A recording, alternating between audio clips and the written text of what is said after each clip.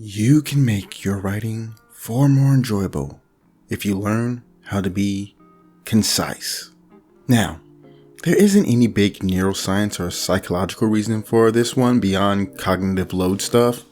It's just, well, English can lead to wordiness because it's a mutt of a language. Here, let me explain. Back in the day, when the Normans invaded what would later become England, people were speaking 3 different languages: French, Latin, and good old English. The French was the fancy pants language. We can thank it for words like facade or charade. Latin, meanwhile, was the language of government, law, and religion.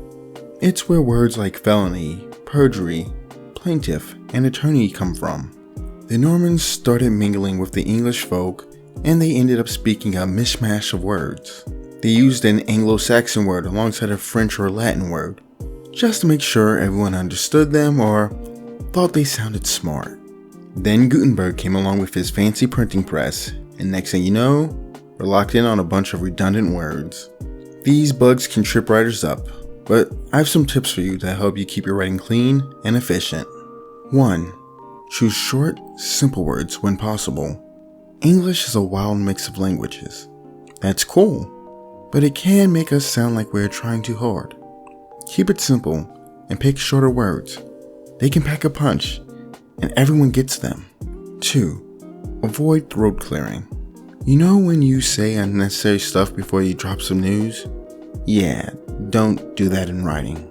Get to the point and cut out any extra stuff that's just hanging around. 3. Avoid overused and meaningless adjectives.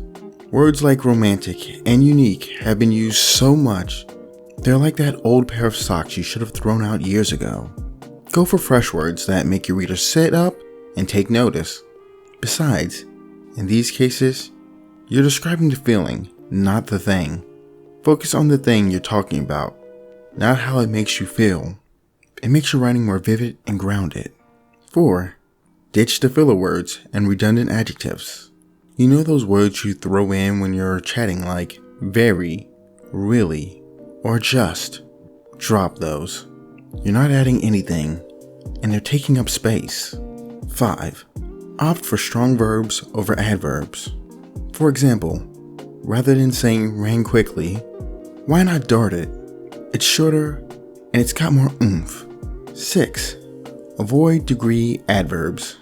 You know when you're really, really, really tired? That's a degree adverb. In this case, you want to use exhausted instead. It's punchier and to the point. Look for an expressive single word where you can. 7. Resist hedges and qualifiers. Avoid words like quite, somewhat, arguably. They make you sound unsure of yourself. Be bold, be clear, and say what you mean. 8. Adverbs and adjectives are not twins. Use adverbs for verbs and adjectives for nouns. Don't mix them up. For instance, there's a difference between good/well and bad/badly. Now, having said all that, remember, these are tips, not rules. Creative writing is an art. There's a time and place for ignoring these tips when doing creative writing. For example, a character's voice might not always align with those principles, and it's important to maintain that for humanity.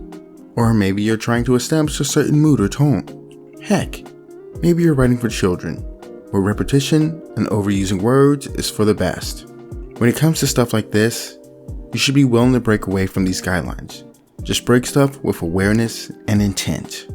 If you find this video helpful, show some love by pressing the like button. If you want to learn way more about prose, way more, I recommend my other, much longer videos in this series.